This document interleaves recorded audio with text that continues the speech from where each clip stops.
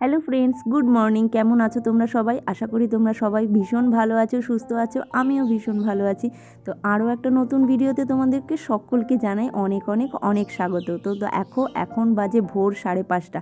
আর আজকে থেকে যেহেতু মেয়ের এক্সাম স্টার্ট, তো এর জন্য ওকে 7:30টার মধ্যে স্কুলে ঢোকাতে হবে। তো তার জন্য এই টাইমটায় আমি আর কোনো ভিডিও করিনি, একেবারে ওকে রেডি করে দিয়েছি। আর দেখো এখন আমরা বেরিয়ে পড়েছি, স্কুলে যাব। তো এখানে দেখো ওকে বলছি একবার এদিকে তাকা, তো কিছুতেই বাবার সাথে তাকাবে না, এদিকে বাবার সাথে দুষ্টুমি করতে ব্যস্ত। তো বলতে বলতে আমরা বেরিয়ে পড়েছি আর একদম স্কুলের সামনেই চলে এসেছি। তো মেয়েকে স্কুলে দিয়ে এই জাস্ট বাড়ির দিকে ব্যাক করছি। তো দেখো এরপর লেগে পড়েছি ঘরের যাবতীয় যা কাজ আছে সেই কাজগুলোর জন্য। তো প্রথমেই আমি জানলাটাকে খুলে দিচ্ছি।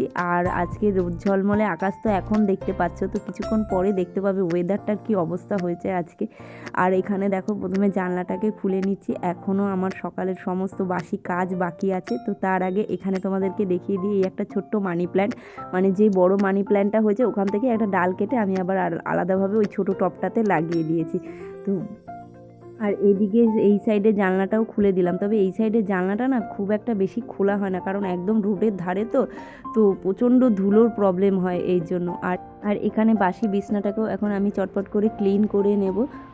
তো তোমরা পুরো ভিডিওটা দেখতে থাকো, একটুও স্কিপ করো না কিন্তু। আর এখানে দেখো আমি বাসি বিছনাটা তুলে নেব, কিন্তু এখনও ঘর ঝাড় দেওয়া মোছা এখনও বাকি। তো আমাদের মাসিমণি একটু পরেই চলে আসবে। তো তার আগে আমি তার জন্য বাসি বিছনাটাকে আগে তুলে ঝেড়ে নিচ্ছি, কারণ বিছনায় কিছু মানে বাসি বিছনাটা তোলা থাকলে কি ঘর ঠর মোছার ক্ষেত্রে সুবিধা হয়। না হলে বিছনা ঝাড়ার পর যদি মানে ঘর মোছার আগে যদি বিছনাটা আমার তোলা না হয়, তাহলে পরে যখন ঘর মোছা হয়ে যাবে তারপরে যদি বিছনাটা তুলতে যাই, সেই বিছনার কিছু বালি বা কিছু যদি থাকে সেগুলো আবার নিচে পড়ে, তো আমাকে আবার তখন এক্সট্রা করে আলাদাভাবে ঝাড় দিতে হয়।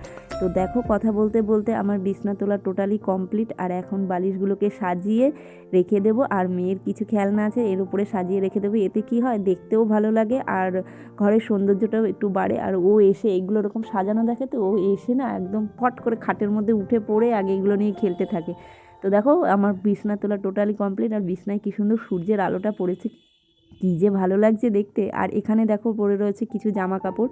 তো এখন যেহেতু একটু বাইরে হালকা হালকা ঠান্ডা লাগে, তো ভারী কোনো সোয়েটার কিছু পরাতে পারি না, এই হালকা সোয়েটারটাই জাস্ট পরিয়ে দিই। আর এখানে কিছু জামা কাপড় রয়েছে, সেগুলোকে চটপট করে ভাঁজ করে নেব। আর এই যে একটা টাওয়াল, এটা আমি যতই ভাঁজ করে জায়গায় রাখি না কেন, সেই অগোছালো হয়ে আমার ওই সোফার ওখানেই জড়ো হয়ে পড়ে থাকে।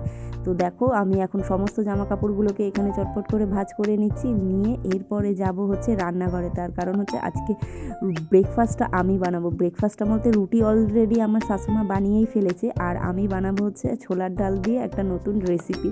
তো তোমরা দেখতে থাকো ভিডিওটা, সমস্তটাই তোমাদের সঙ্গে শেয়ার করব। যেটুকুনি মানে ভিডিওর মাধ্যমে শেয়ার করা সম্ভব সবটাই তোমাদের সঙ্গে শেয়ার করব। বেশি ডিটেলসে তো শেয়ার করতে গেলে অনেকটা ভিডিওটা লং হয়ে যাবে, তো তার জন্য অল্প অল্প অল্প করে তোমাদের সঙ্গে শেয়ার করব। তো দেখো এদিকে আমার ঘর গোছানো টোটালি কমপ্লিট। আর চলে এসেছি কিচেনে। তো কিচেনে ওদিকে শাশুমা চা করছে, আর আমি এদিকে ছোলার ডালটাকে ভিজিয়ে রেখেছি। আর ছোলার ডাল করার জন্য যা মশলা লাগবে সেটাকেও আমি একদম রেডি করে রেখেছি। ওখানে পেঁয়াজ কুচি, আর আজকে ছোলার ডালের মধ্যে দেব হচ্ছে আলু আর তার সাথে মটরশুঁটি। তো বলতে বলতে আমার চাটা খাওয়া সমস্ত কিছু কমপ্লিট। আর এদিকে ডালটাও সেদ্ধ বসিয়ে দিয়েছিলাম চা খেতে খেতে। তো এদিকে কি হয়েছে, আমি জাস্ট কড়াইটা বসিয়েছি আর ওই সময় চলে এসেছে আমার মেয়ে টোটো। যেহেতু পরীক্ষা চলছে, এখন 10টার মধ্যে স্কুল ছুটি হয়ে যায়। 10টার সময় স্কুল ছুটি হয়, আর 9:50-এ গেট খোলে। তো তার জন্য আবার রান্নাটাকে স্টপ করে দিয়ে আমি গেছিলাম মেয়েকে আনতে। আর ওকে স্কুল থেকে এনে ওকে দিয়ে দিলাম একটুখানি পায়েস। আর এদিকে আমি সোজা চলে এসেছি কিচেনে, কারণ অলরেডি 10:30 বেজে গেছে। এদিকে বর টিফিন করে দোকানে যাবে, তার একটা তাড়া রয়েছে। তো তার জন্য চটপট করে কিচেনে চলে এসেছি। আর এখানে দেখো ছোলার ডালটা করার জন্য প্রথমে আমি মৌরি, জিরে, তেজপাতা, শুকনো লঙ্কা ফোড়ন দিয়েছি। দিয়ে একটু ভাজা ভাজা হলে এখানে আলু আর মটরশুঁটিটা দিয়ে দিয়েছি, ও তার সাথে গোটা গরম মশলাও কয়েকটা ফোড়নে দিয়েছি। দিয়ে খুব ভালো করে নাড়াচাড়া করবো। যেহেতু এটা একটু নতুন আলু, তো একটু শক্ত শক্ত থাকে, তাই একটু ভালো করে ভেজে নিতে হবে। তো ভাজাটা আমার এখানে হয়ে গেছে। এরপরে দেখো ভাজাটাকে জাস্ট তুলে নেব। তুলে নেওয়ার পরে মটরশুঁটিগুলোও কিন্তু হালকা ভাজবে, খুব বেশি ভাজবে না। এরপরে হচ্ছে পেঁয়াজ কুচিটা দিয়ে দেবো। পেঁয়াজ কুচিটা হালকা একটু ভাজা ভাজা হয়ে গেলে এর মধ্যে করে রেখেছিলাম আগে থেকে যে মশলাটা, মশলাটা, সেই মশলাটা এখানে দিয়ে দেবো। আর ওখানে আমাকে শাশুমা বলছে, কি একটা কথা বলছে আমি জানি না, তাই শাশুমার সঙ্গে কথা বলতে বলতে গল্প করতে করতে আমি রান্নাটা ওইদিকে চটপট করে নিচ্ছি। তো দেখো মশলাটা আমার ভালো করে কষানো হয়ে যাওয়ার পরে কিন্তু আমি আলু আর মটরশুঁটিটা দিয়েছি। আমি কিন্তু আলু মটরশুঁটির ওপরেই মশলাটা দিয়ে কষাইনি, আলাদাভাবে কষিয়ে তারপরে মটরশুঁটি আর আলুটা দিয়েছি, দিয়ে এখানে হালকা একটু গরম জল অ্যাড করেছি, দিয়ে তারপরেও খুব ভালোভাবে এটাকে একটুখানি নাড়তে হবে যতক্ষণ না আলুটা একটু নরম হয়ে যায়, একটু গা মাখা মাখা টাইপের হয়। তারপর এদিকে যে এর আগের দিন চিকেনটা এনেছিল সেখান থেকে আমি যে চর্বিটা আলাদা করে রেখেছিলাম সেই চর্বিটা এর মধ্যে অ্যাড করে দিয়ে আবারও খুব ভালো করে নাড়াচাড়া করব। আর এখন দিয়ে দিচ্ছি হচ্ছে জিরের গুঁড়ো। চাইলে তোমরা এখানে কিন্তু ধনের গুঁড়ো অ্যাড করতে পারো, কিন্তু আমার যেহেতু ঘরে ছিল না বলে আমি অ্যাড করতে পারিনি। এরপর এখানে ভালোভাবে মশলাটা কষিয়ে যাওয়ার পরে ছোলার ডালটাকে দিয়ে দেবো, কারণ এই ছোলার ডালটা কিন্তু একটু বেশি আমার সেদ্ধ হয়ে গেছে। তার কারণ হচ্ছে এখানে আমি সিটি মেরে রেখে, যেহেতু মেয়েকে আনতে গেছিলাম তো বরকে বলেছিলাম নামিয়ে রাখতে, ও ভুল করে 2টো সিটি দিয়ে দিয়েছে বলে ডালটা বেশি গলে গেছে। আর এখানে দেখো আমি ডালটা রান্না করতে করতে চারিদিকে এত অন্ধকার করে এসছে, তো ছাদে কিছু জামা কাপড় মেলা ছিল, আমি দৌড়ে গেছি ছাদে জামা কাপড় আনতে। আর এখানে ওয়েদারটা দেখো পুরো অন্ধকার করে এসেছে।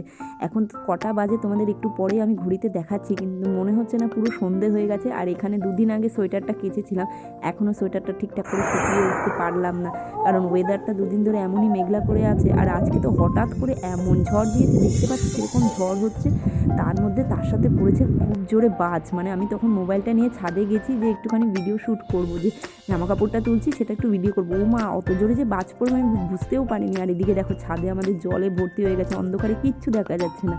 আর এখানে দেখো ঘড়িতে বললাম না 11:30 বাজে এখন সকাল, আর এরকম ওয়েদার দেখে মনে হচ্ছে যেন সন্ধে। তো ওদিকে তো আমার বড় টিফিনটা বানানো রেডি হয়ে গেছে, আর এদিকে তেমনই ঝমঝম করে বৃষ্টিও নেমে গেছে। তারপরে চলে গেছিলো কারেন্ট, তো তার জন্য আমি আর ভিডিও কোনো শ্যুট করতে পারিনি।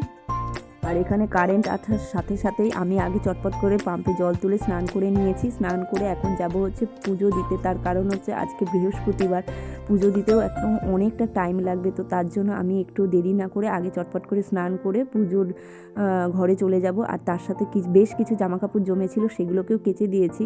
আর আজকে আর ওই ছাদে মেলতে যাইনি, জানি ওই ছাদে মেলতে গেলে শোকাবে না কিছু, তবুও এই শেডের তলায় এখানে মেলে দিলাম, হাওয়ায় যতটুকু শোকায়। আর আজকে যে কটা ফুল ফুটেছে তোমাদেরকে দেখালাম, দেখো ছাদে এই কটা ফুলই ফুটেছে আজকে, এই কটা ফুল দিয়ে আর বাকি যা গাঁদা ফুল আছে সেই ফুল দিয়েই ঠাকুরকে আজকে পুজো দেবো। দেখো চটপট করে এই জন্য ফুলগুলোকে তুলে নিলাম।